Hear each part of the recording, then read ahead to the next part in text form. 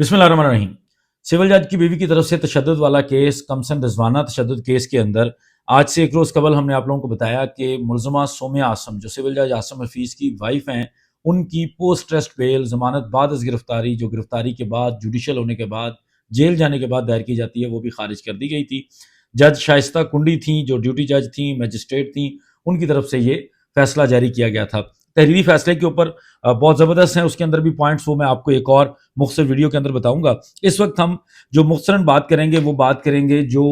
Bell petition file की गई थी मुलज़मा सोमिया आसम की तरफ से इस केस के अंदर, जो जमानत बाद अज़ गिरफ्तारी है और जो जमानत कबल अज़ गिरफ्तारी है, जिसके अंदर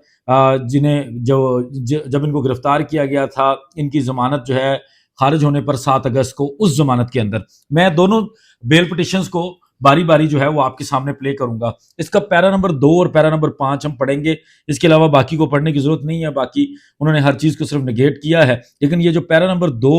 और पैरा नंबर 5 है, ये बड़ा इंपॉर्टेंट है, ये आप लोगों के लिए जानना इसलिए जरूरी है जिन लोगों के ज़हन में ये सवाल है कि ये जमानत अगर यहाँ नहीं हुई तो बाद में क्या हो जाएगी, क्या जिस तरह पहले कबल अज़ गिरफ्तारी जो थी वो नहीं हुई थी, तो कई लोगों के ज़हन में था कि शायद बाद अज़ गिरफ्तारी हो जाएगी।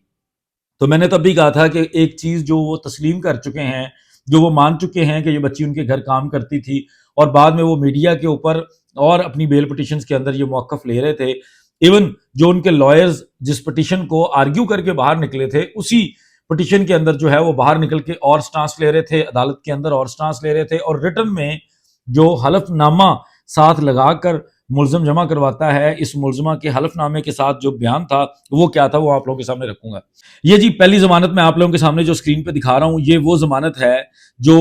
कबल अज़ गिरफ्तारी थी, जब मुल्ज़मा जो है वो अभी गिरफ्तार नहीं हुई थी। ये उसका पैरा नंबर 2 और पैरा नंबर 5। पैरा नंबर 2 मैंने आपके सामने ये रखा है। That no doubt that the victim Rizwana used to work in the house of petitioner with the consent of her parents, but the remaining story is not the one that has been reported by a complainant and posted by police in FIR.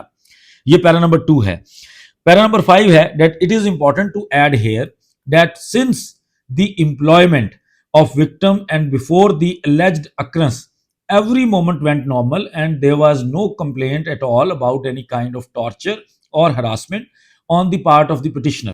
अब मैं आपके सामने दूसरी post trust bell है, उसका para वो पढ़ूंगा, para number 2 और पैरा नंबर 5। फिर मैं आपको दोनों का फर्क एक्सप्लेन करूंगा, तो आपको समझ आ जाएगी कि अब ये आगे जाके जमानत होनी है कि नहीं होनी। और ये मुल्ज़मा ने जो है वो अपने पाँव पे कुल्हाड़ी मारी है। उसके जो उसकी वकालत करने वाले थे, उन लोगों ने भी जब बेल पिटिशन फाइल की पहली, उनको देखना चाहिए था, अगर हमने बाद में झूठ बोलना है, अपना स्टांस बदलना है, तो कम से कम हलफनामे के साथ ऐसा कोई स्टांस नहीं देते। एक और इंपॉर्टेंट चीज मैं बताऊंगा कि ये वाला जो पॉइंट है, ये किसकी तरफ से कहीं रेज किया गया कोर्ट के अंदर या नहीं, ये भी आपके सामने रखूंगा। ये अब आप देख रहे हैं जो ये है पोस्ट ट्रस्ट बेल।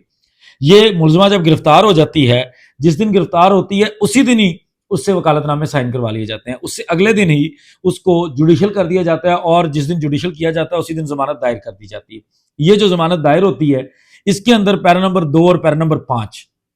सारी बेल को तकरीबन वैसे ही रखा गया, तरतीब भी हुई है, लेकिन किस तरह से ट्विस्ट करने की कोशिश की गई है, किस तरीके से मुकरने की कोशिश की गई है, किस तरीके से हलफनामे के ऊपर झूठ बोलने की कोशिश की गई। पहले वाला हलफनामे पे है, दूसरे वाला तो वैसे ही है, और देखें उसके अंदर क्या तब्दीली लाने की कोशिश की गई है। That no doubt that the victim Rizwana used to live in the house of petitioner with the consent of her parents, but the remaining story is not the one that has been reported by complainant and posted by police and FIR. अब para number 5 है। Para number 5 क्या कहता है? That it is important to add here that since the arrival of alleged victim, every moment went normal and there was no complaint at all about any kind of torture and harassment on the part of the petitioner. अब दो ये पैरे मैंने आप लोगों के सामने रखे हैं, प्री रेस्ट बेल के और पोस्ट रेस्ट बेल के। प्री रेस्ट बेल जिसके अंदर ऑन ओथ लिखा जाता है, साथ एक बयान हल्फी अटैच किया जाता है, मुकम्मल पिटीशन जो है उसका बयान हल्फी दिया जाता है कि मैं जो कहूंगा हल्फन कहूंगा, सही कहूंगा, गलत नहीं कहूंगा, गलत कहूं तो सजा मिलेगी, वरना एक और नया मुकदमा दर्ज हो सकता है। उसके अंदर क्या कह रही है खातून कि जी बिल्कुल कोई शुबा नहीं है कि बच्ची जो कमसन रिजवाना है, जो विक्टिम है रिजवाना, वो use to work in the house of the petitioner, वो मेरे घर में काम करती थी, मेरे घर में काम कर रही थी अपने माँ बाप की इजाजत से। पैरा नंबर 5 में वो कहती है since the employment of victim, कि जब से उसकी मुलाजमत है विक्टिम रिजवाना की, उसके बाद से सारी चीजें नॉर्मल रहीं। और जब वो पोस्ट टेस्ट बेल के अंदर आती है तो जाहिर है आपने सुना होगा, मैंने उसी दिन इस चीज को पॉइंट आउट किया था कि अब ये अपना मौकफ बदलने की कोशिश कर रहे हैं ताकि चाइल्ड लेबर वाला केस ना बन जाए, साबित ना हो जाए कि बच्ची से मुशक्कत ली जा रही थी और आसानी से तशद्दुद जो है वो स्टैब्लिश हो जाएगा। तो उससे भागने के लिए ये कोई नया मौकफ बनाएंगे, नया बहाना बनाएंगे। नहीं जी नहीं, हम तो बच्ची को पालने के लिए, बच्ची की तालीम और तरबियत के लिए लेके आए थे। और वो सारे जो भांडे फूटे हैं मेरे पास सामने इस वक्त दो तरह के बयानात हैं जो मैं आप लोगों के सामने अगली वीडियोस के अंदर रखूंगा। दो ऐसे चश्मदीद गवाहों के बयानात हैं, वो भी मैं आप लोगों के सामने रखूंगा। अब बाद में ये अपना मौकफ बदल रही हैं कि वो सिर्फ हमारे साथ रह रही थी। नो डाउट जी वो हमारे साथ रह रही थी, और उसके बाद जी जब से वो यहां आई,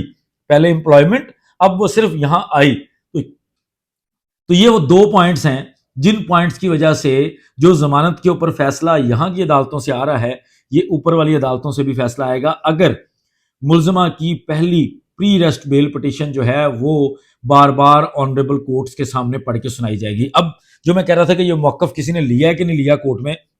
तो अनफॉर्चुनेटली जहां तक मुझे पता चला है, चूंकि मैंने वो विटनेस नहीं किए आर्ग्यूमेंट्स, लेकिन मैंने जो दोस्त साफी वहां पे आर्ग्यूमेंट्स को विटनेस कर रहे थे और जो दोस्त वकला कर रहे थे, देख रहे थे चीजों को, मैंने जो उनसे पूछा है, इस मौकफ को मुदई की तरफ से नहीं रखा गया कोर्ट के सामने के ये जो कोर्ट के अंदर आके इतना शोरो ववेला कर रहे हैं कि बच्ची को तो हमने रखा था काम के लिए, तो बिल्कुल नहीं रखा था, पढ़ाने लिखाने के लिए रखा था, तरबियत के लिए रखा था। तो ये तो अपनी खुद पिटीशन के अंदर तस्लीम कर रहे हैं, साथ बयान हल्फी लगा हुआ है, हल्फन तस्लीम कर रहे हैं कि जी बिल्कुल बच्ची हमारे पास, कोई शुबा नहीं है कि बच्ची हमारे घर में काम करती थी और बच्ची की एम्प्लॉयमेंट, बच्ची की नौकरी से अब तक सारी चीजें नॉर्मल थी। तो ये वो पॉइंट है जिसके ऊपर ये मुलजमा ना तो खुद छूटेगी बल्कि अब अपने खामद को भी फंसा रही है, अपने खामद सिविल जज आसिम हफीज। और वो आई डोंट नो कि क्यों अभी तक इतना प्रेशर होने के बावजूद, बज़ाहिर सोशल मीडिया का प्रेशर है, मीडिया का प्रेशर है, लोगों का है, सिविल सोसाइटी का है, लेकिन उसके बावजूद सिविल जज की तरफ जो है वो पुलिस आंख उठा के नहीं देख रही, उसको शामिल तफ्तीश नहीं कर रही।